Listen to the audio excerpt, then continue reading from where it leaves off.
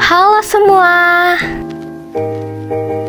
Perkenalkan, kami dari kelompok 6. Ciri-ciri makhluk hidup dan lingkungan hidup. Lingkungan adalah sesuatu yang berada di sekitar objek individu. Komponen lingkungan terdiri atas komponen biotik atau unsur organik dan abiotik atau unsur anorganik. Ekosistem adalah unsur lingkungan hidup yang merupakan kesatuan utuh menyeluruh dan saling mengaruhi dalam membentuk keseimbangan stabilitas serta produktivitas lingkungan hidup. Ciri-ciri makhluk hidup. 1. Bernapas atau respirasi. Bernapas adalah proses menghirup oksigen O2 yang ada di lingkungan dan mengembuskan gas buangan berupa karbon dioksida atau CO2. A. Sistem pernapasan pada manusia. Manusia bernapas menggunakan paru-paru. Oksigen dihirup oleh paru-paru ketika tekanan paru-paru lebih rendah daripada tekanan udara di luar. Karbon dioksida dikeluarkan ketika tekanan udara di dalam paru-paru lebih tinggi daripada tekanan udara di luar. Organ-organ dalam sistem pernapasan manusia. Pertama, hidung berfungsi saluran masuknya udara dari lingkungan ke dalam tubuh. Kedua, faring yaitu organ yang terletak di belakang rongga hidung dan menjadi pembatasan antara saluran pernapasan dan pencernaan. Tiga, laring yaitu organ yang memiliki kutub epiglotis yang berfungsi mengatur jalannya makanan dan udara agar sesuai pada salurannya. 4. Trakea berfungsi sebagai penghangat dan penyaring udara. 5. Bronkus yaitu cabang tenggorokan yang berfungsi mengalirkan udara dari trakea ke paru-paru, baik sebelah kanan maupun kiri. 6. Bronchiolus yaitu cabang yang lebih kecil dari bronkus. 7. Alveolus yaitu ujung dari bronchiolus. Alveolus merupakan tempat bertukarnya oksigen dan karbon dioksida. Sistem pernapasan pada hewan. Organ pernapasan pada hewan banyak beragam.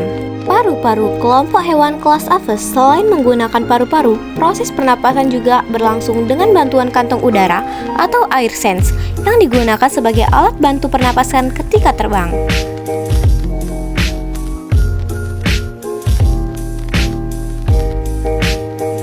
2. Kulit. Kelompok hewan yang bernafas menggunakan kulit adalah cacing.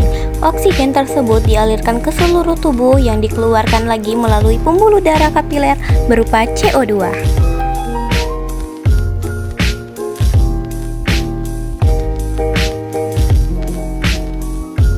Insang berfungsi menyaring oksigen di dalam air dan mengalirkan ke seluruh tubuh. Hewan yang bernafas menggunakan insang adalah ikan.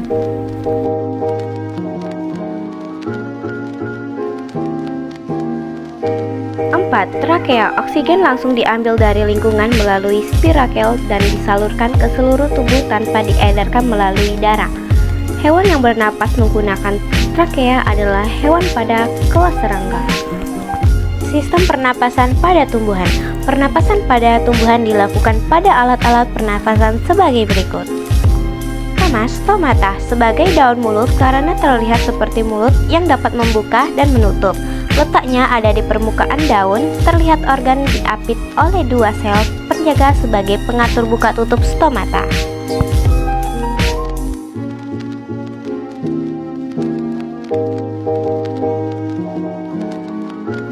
Lentisel, yaitu lubang-lubang yang terletak pada bagian batang ini tersusun dari sel gabus yang dipisahkan oleh jaring interseluler. Lentisel sebagai penyedia jalan udara luar dapat melewati rapatnya lapisan gabus pada batang.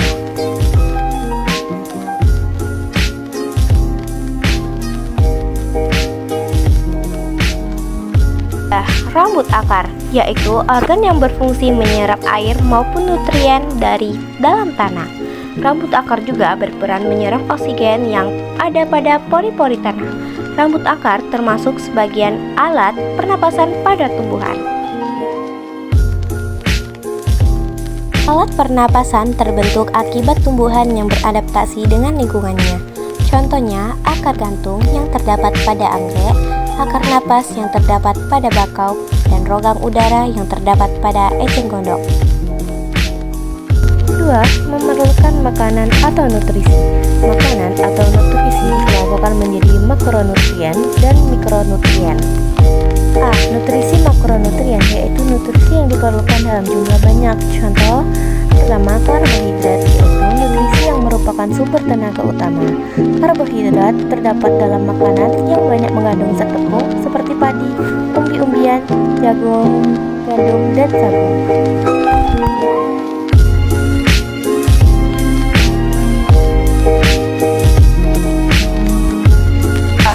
Protein, yaitu nutrisi yang berfungsi sebagai zat pembangun dan struktural, misal untuk membentuk enzim pengaturan kerja tubuh. Protein banyak terkandung pada telur, daging merah, ikan, biji-bijian. 3. Lemak, yaitu nutrisi yang berfungsi melarutkan vitamin A, D, E, dan K, menjaga fungsi hormon serta menjaga keseimbangan gula darah. B. Nutrisi mikronutrien, yaitu nutrisi yang diperlukan dalam jumlah sedikit. Pertama, yaitu zat non-organik, yaitu umumnya tidak dapat dihasilkan oleh tubuh sehingga harus didapatkan dari makanan yang dikonsumsi. Vitamin terdiri atas vitamin yang larut dalam air, B1, B2, B3, B5, B6, B11, dan C, serta vitamin yang larut dalam lemak A, D, E, dan K. Vitamin berfungsi sebagai biokatalisator dalam proses metabolisme, fungsi faal tubuh, dan pertumbuhan. Mineral merupakan mikronutrien yang sama pentingnya dengan vitamin. Mineral terbagi menjadi dua, yaitu mineral makro dan mineral yang dibutuhkan oleh tubuh dalam jumlah banyak. Contohnya Ca, K, Cl, Cr, Mo, dan Co. Mineral mikro yaitu mineral yang dibutuhkan tubuh dalam jumlah sedikit. Contohnya Fe, Mn, Zn, Se, Cu, Cr, Mo, dan Co. 3. Gerak. Gerak dibedakan menjadi dua, yaitu sebagai berikut. A. Gerak aktif, yaitu gerak yang terjadi karena otot-otot diperintahkan untuk bergerak. Contohnya, gerak pada manusia dan hewan saat berjalan, makan, aktivitas lainnya. B. Gerak pasif, yaitu gerak yang terjadi karena respon terhadap rangsangan, umumnya terjadi pada tumbuhan. Adapun gerak pada tumbuhan antara lain sebagai berikut. Pertama, gerak fandom merupakan gerak yang belum diketahui penyebabnya. 2. Gerak higroskopis merupakan gerak bagian tubuh yang timbul sebagai akibat dari perubahan kadar air dalam sel yang tidak merata. 3. Gerak esionom merupakan gerak tumbuhan sebagai akibat adanya rangsangan dari luar. Gerak esionom dapat dibedakan menjadi 3 jenis antara lain sebagai berikut. 1. Gerak tropisme, yaitu gerak sebagian tubuh tumbuhan yang arahnya dipengaruhi sumber rangsangan tumbuhan. 2. Gerak taksis, yaitu gerak seluruh tubuh tumbuhan yang arahnya dipengaruhi sumber rangsangan. 3. Gerak nasti, yaitu gerak tumbuhan yang tidak dipengaruhi oleh rangsangan.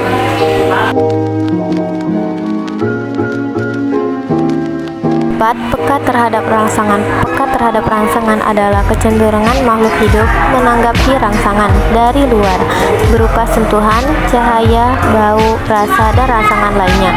Contoh, ketika Anda mencium bau asam dari buah-buahan, seketika air liur akan keluar. Contoh tersebut merupakan salah satu respon terhadap rangsangan berupa bau. 5. Tumbuhan dan berkembang. Pertumbuhan adalah perubahan ukuran, misalnya panjang, massa, volume. Pertumbuhan dapat diukur secara kuat, dilatih, dan bersifat irreversibel, tidak dapat kembali seperti semula. Sementara itu, perkembangan adalah proses menuju kedewasaan. Perkembangan hanya dapat diukur secara kualitatif. 6. Berkembangbiak. Cara perkembangbiakan yang dilakukan hewan dan tumbuhan. A. Cara perkembangbiakan hewan dibedakan menjadi 3, yaitu 1. Beranak vivipar, misalnya kerbau, monyet, kucing, dan hewan berdaun telinga lainnya. 2. Bertelur ovipar, misalnya pada hewan jenis unggas, reptil, ikan, dan serangga. 3. Bertelur beranak ovovivipar, misalnya pada ikan hiu sama ikan pari, kuda laut, dan beberapa reptil. Cara perkembangbiakan tumbuhan dibedakan menjadi 2, yaitu 1. Kawin generatif, yaitu perkembangbiakan melalui proses penyerbukan pada serbuk sari dan putih bunga. Lalu terbentuklah buah sebagai cadangan makanan dan biji sebagai alat perkembangbiakan. 2. Tak kawin vegetatif, yaitu perkembangbiakan yang tidak melalui proses pembuahan. Perkembangbiakan vegetatif dapat terjadi secara alami dan buatan. Contoh vegetatif alami adalah tunas, akar tinggal, rizom, spora, dan umbi lapis. Sedangkan contoh vegetatif buatan yaitu melalui teknik kultur jaringan, abiotik, dan cangkok. 7. Ciri-ciri makhluk hidup. Salah. 7. Mengeluarkan zat sisa. Setiap makhluk hidup melakukan proses metabolisme. Dalam menjaga keberlangsungan dalam proses tersebut akan terbentuk zat sisa yang dikeluarkan melalui proses pengeluaran zat sisa atau ereksi. 8. Beradaptasi. Makhluk hidup memiliki kemampuan beradaptasi, yaitu kemampuan atau tindakan untuk menyesuaikan diri dengan lingkungan, antara lain sebagai berikut. Adaptasi morfologi, yaitu penyesuaian bentuk dan struktur tubuh luar terhadap lingkungan untuk bertahan hidup di habitatnya. Contohnya, tumbuhan air memiliki daun lebih lebar agar dapat membantu proses penguapan menjadi lebih cepat. Adaptasi fisiologi, yaitu penyesuaian fungsi alat tubuh untuk mempertahankan homeostasis terhadap lingkungan guna membantu proses metabolisme. Contohnya, manusia mengeluarkan keringat untuk membantu mengatur suhu tubuh serta membuang zat sisa. Adaptasi tingkah laku, yaitu penyesuaian bentuk tingkah laku makhluk hidup terhadap lingkungan untuk menjaga kelangsungan hidupnya. Contohnya, kadal akan berjemur ketika udara panas. Lingkungan hidup adalah interaksi antara komponen biotik dan abiotik. Interaksi antar komponen yang ada di lingkungan ini membentuk sebuah sistem yang dikenal sebagai ekosistem. Apabila interaksi tersebut mengalami hambatan, akan terjadi ketidakseimbangan yang berakibat pada gangguan ekosistem. 1. Definisi lingkungan hidup. Berikut beberapa definisi dari lingkungan hidup. Menurut UUD nomor 32 tahun 2009 tentang pengolahan lingkungan hidup, pasal 1 ayat 1, lingkungan hidup adalah kesatuan ruang dengan semua benda, daya karena keadaan utama dan makhluk hidup, termasuk manusia serta perilakunya yang mempengaruhi alam keberlangsungan kehidupan dan kesejahteraan manusia serta makhluk hidup lainnya.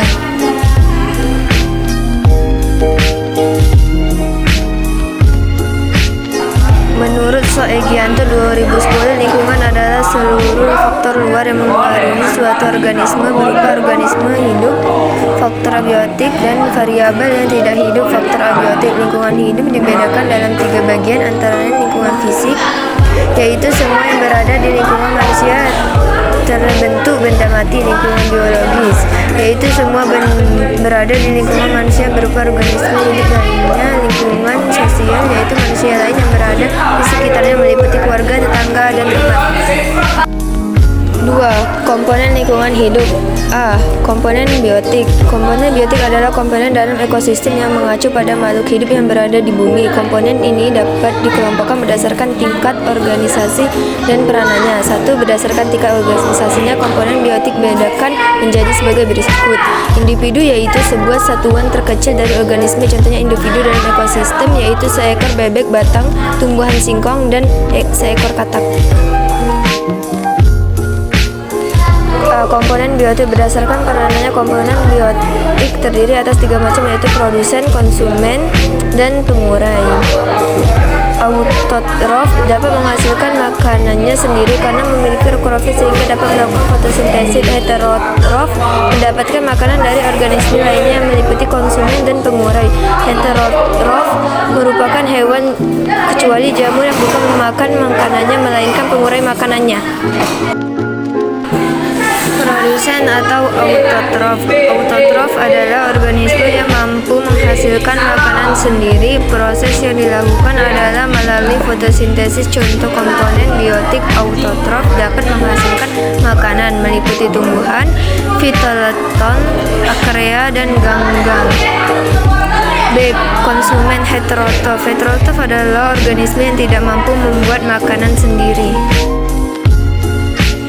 Sumber makanannya dikelompokkan ke dalam 3 kategori. Pertama, herbivora merupakan organisme pemakan rumput dan tumbuhan, termasuk ke dalam konsumen primer. Contohnya sapi, kerbau, jerapah, dan domba. Kedua, karnivor merupakan organisme yang memakan organisme lain. Karnivor memakan herbivora sebagai konsumen sekunder 2, dan karnivor memakan karnivor sebagai konsumen tersier 3. Contohnya ular, komodo, musang, dan burung elang. Ketiga, pengurai atau decomposter dan detritivor. Decomposter merupakan organisme yang bertugas mengurai zat organik sisa makhluk hidup sebagai zat anorganik. Contohnya jamur dan bakteri. B. Komponen abiotik. Komponen abiotik adalah komponen fisik dan kimiawi yang dapat memengaruhi ketahanan makhluk hidup di sebuah lingkungan ekosistem tertentu.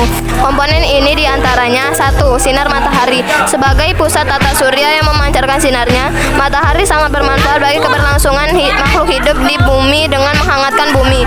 Bagi tumbuhan, matahari berperan dalam proses fotosintesis untuk membuat makanan bagi manusia dan hewan. Sinar matahari berperan dalam pembentukan tulang bentuk bumi yang bulat, mengakibatkan intensitas sinar matahari diterima oleh permukaan bumi tak sama. Hal ini menyebabkan perbedaan iklim, cuaca, kelembapan udara, suhu, dan tekanan udara di setiap wilayah di bumi. 2. Suhu. Suhu memengaruhi segala aktivitas makhluk hidup. Tumbuhan dan hewan dapat bertahan hidup antara suhu 0 derajat Celcius hingga 45 derajat Celcius. Contohnya, beruang kutub memiliki rambut yang tebal membantu kehangatan tubuh. 3. Air. Air merupakan unsur yang sangat penting dalam kehidupan. Bagi manusia dan hewan, air berfungsi untuk memenuhi kebutuhan hidrasi tubuh. Sedangkan bagi tumbuhan, air berfungsi sebagai media pelarut unsur hara dan mineral agar dapat diserap oleh tumbuhan. Molekul utama air murni adalah H2O, sedangkan kandungan mineral lain yang ikut terlarut di dalam air tergantung pada tanah, batuan, dan udara yang dilaluinya. 4. Udara. Udara merupakan sejumlah gas yang membentuk atmosfer yang menyelimuti bumi. Udara berperan pada respirasi organisme dan fotosintesis tumbuhan. Kandungan gas atmosfer terdiri atas nitrogen, oksigen, argon, karbon dioksida, dan gas lainnya. 5. Tanah. Tanah merupakan penampakan daratan yang terbentuk dari proses alir rupa zat-zat mineral dan organik yang berlangsung sangat panjang di bawah pengaruh faktor lingkungan iklim, suhu, tekanan, dan organisme. Sementara itu, bagi manusia, tanah digunakan sebagai lahan pemukiman, pertanian, perkantoran, dan penindustrian. Sekian penjelasan dari kami. Thank you.